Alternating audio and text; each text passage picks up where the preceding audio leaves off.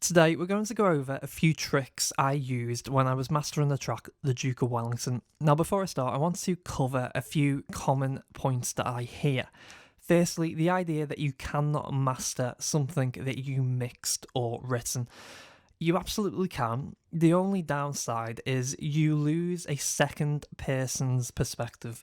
And having a new perspective from a competent mastering engineer is something where if you can do it, you should. If the budget is there, I do highly recommend it. Now, to try to mitigate the issue of losing a second perspective, if you can, take at least a few days break to try to reset your perspective. You may find after coming back after a few days that there are a few things that you can improve. Also, ask yourself this question: is my environment suitable for mastering? Now, often the answer will be no, because the truth is, for a mastering engineer to do their job effectively, they need a listening environment which has zero compromise to the critical listening of the sound that they're dealing with. That means a room that has been purpose-built for mastering and a loudspeaker setup, which for the average person is very expensive. Not all of us are going to have that, and I do want to disclaim to you that I don't have that. So now, with that out the way, let's get to it. My mastering setup is very simple. All I've used is an EQ to make some changes to the tonal balance, which I think will have a much better translatability across different listening situations. Next, I automate the volume levels pre-processing so that the track has a nice macro dynamic. In this case, the track starts off very soft in the intro and it builds more intensity all the way through in a fairly linear fashion. So I'll show you how I address that to accentuate those moments and make sure they really pop out the speakers to get the desired effect. Then finally, the volume automation leads into a limiter, which is set up to get us the right loudness without affecting the transient detail of our track. As you'll see later, there are large parts of this track which actually have no limiting until the volume automation pushes enough signal into the limiter. Let's take a listen to what we're doing with the EQ.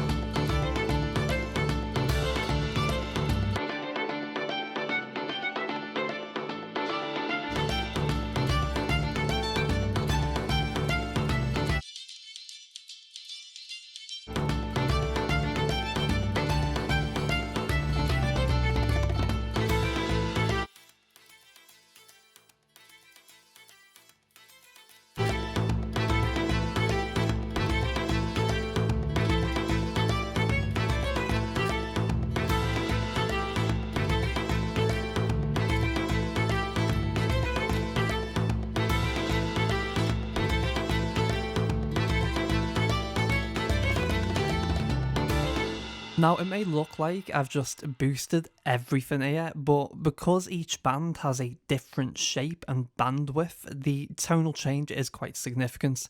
Overall, we have more impact with the low shelf. Then the most noticeable change for me is due to the treble boost and air boost.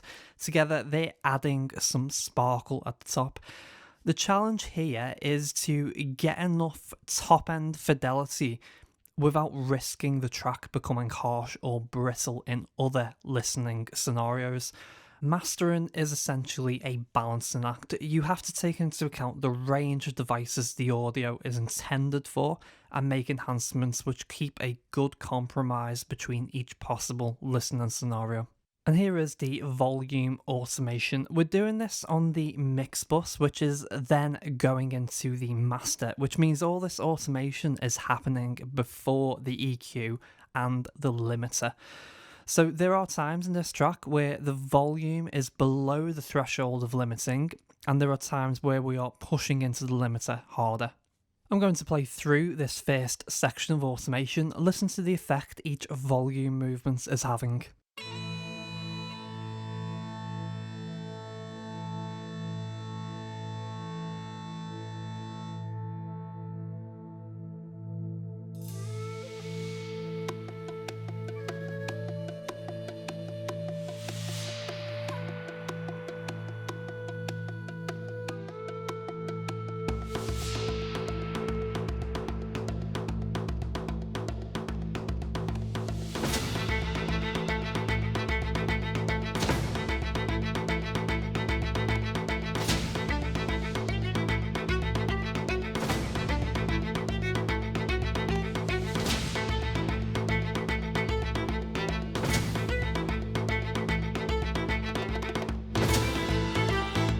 Let's sum up each of these moves. Firstly, we have this gradual and subtle ramp, which then makes a quick decibel pop at the end.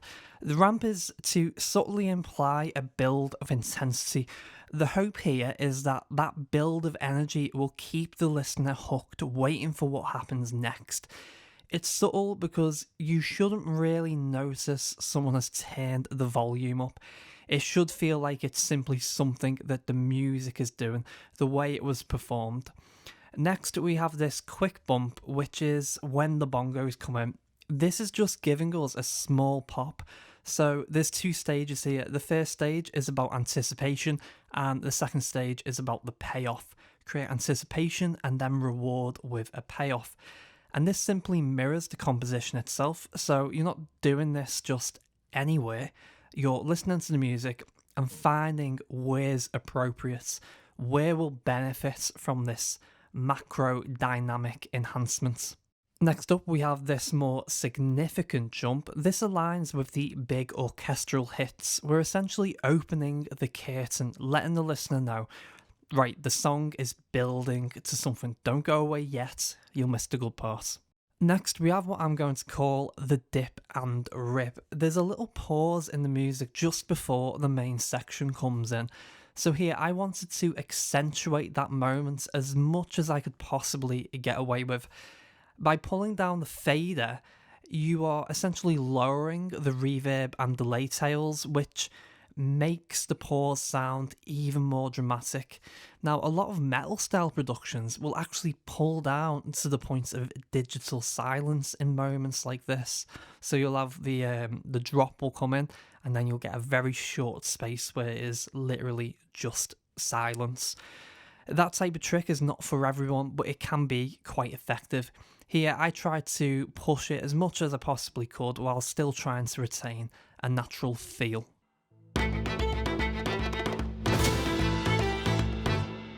As you can hear, it's not too much, it's just enough to accentuate this moment and make it larger and more impactful. Then we end with the volume higher than we did before we did the dip and rip, which gives us a nice pop into the main section. Next up, I'll show you this little move here. I'll give us 4 beats.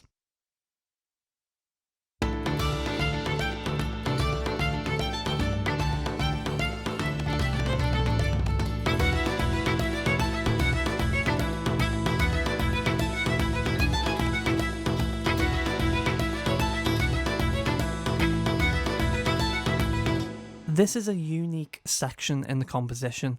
The form of this track is not a typical double ABA. It has multiple unique sections, so when a new section is brought in, I like to align that with a little pop if I can. In this instance, there's a really nice fill on the bongos, which lasts the duration of a beat, and then we come in with the new section. I essentially aligned the little ramp with the bongos fill, and then the quick decibel boost happens exactly on the section change, which gives us a pop into the new parts.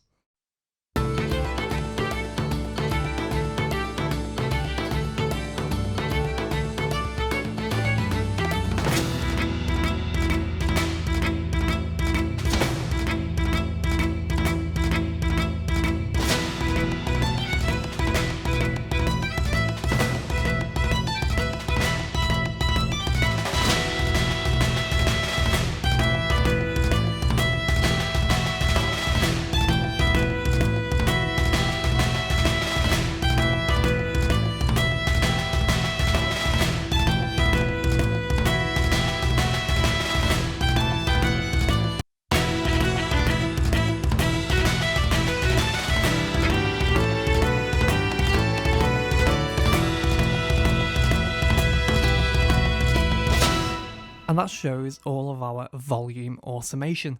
For this track, it was just a case of starting soft and building larger and larger, aiding the composition in building intensity, so it's not just a flat dynamic from start to finish. Obviously, there are limits to how far you can push the macro dynamics. Just use the music as a guide. If you have a big build in a section, you may want to use a ramp so the volume builds with the musical intensity. If you have a sudden transition into a chorus, then you may want to help that moment pop even more by adding a quick boost in that moment. Experiment with how far you can push it and find a nice balance. Now, all of the automation I've just showed you is being pushed into our limiter. Let's take a listen out of bypass so that we can hear what's actually happening. I'm going to start by showing you the loudest section so that you can get an idea of how hard we're hitting the limiter when the track is at its highest intensity.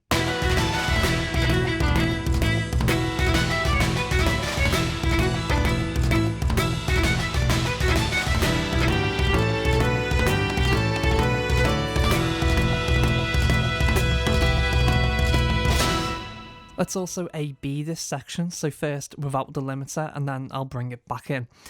I'd like to hear essentially no difference between A and B, which would mean we're getting some added perceived loudness from the track without sacrificing transient detail.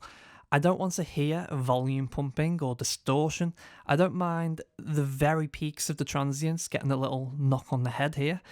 But if it ever sounds squashed when I enable the limiter, I'll back off on the threshold. Take a listen and see if you can hear a difference.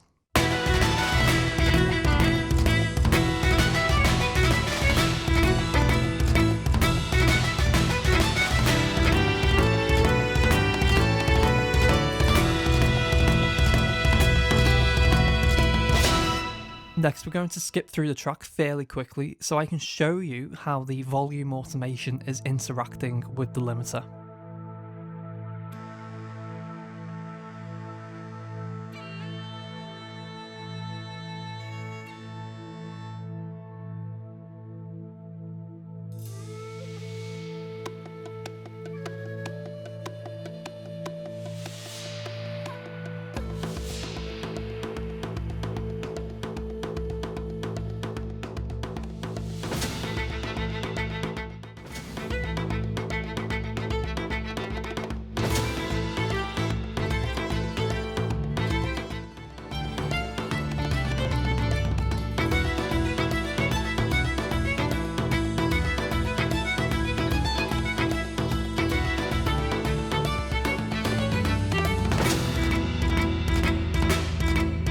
This is the first time the limiter actually triggers, and we're more than halfway through the track.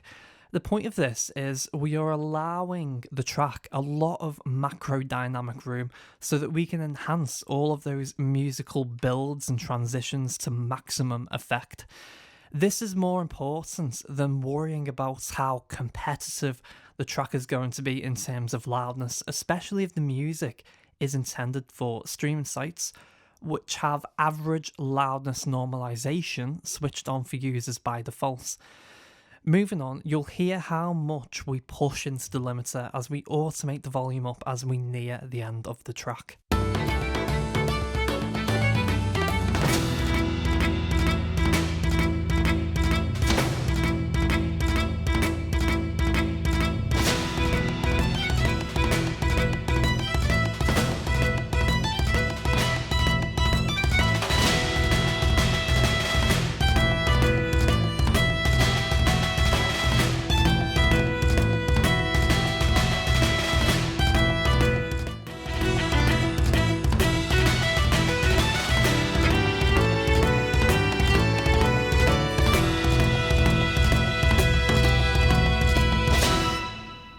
That's actually everything. A really simple but effective mastering setup. No multiband compression, mid-side treatment, no saturation, just EQ, volume automation, and the limiter.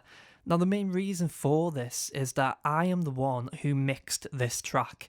So things like multiband compression and mid-side treatments, These are tools you would usually use to solve problems when all you have to hand is a stereo file.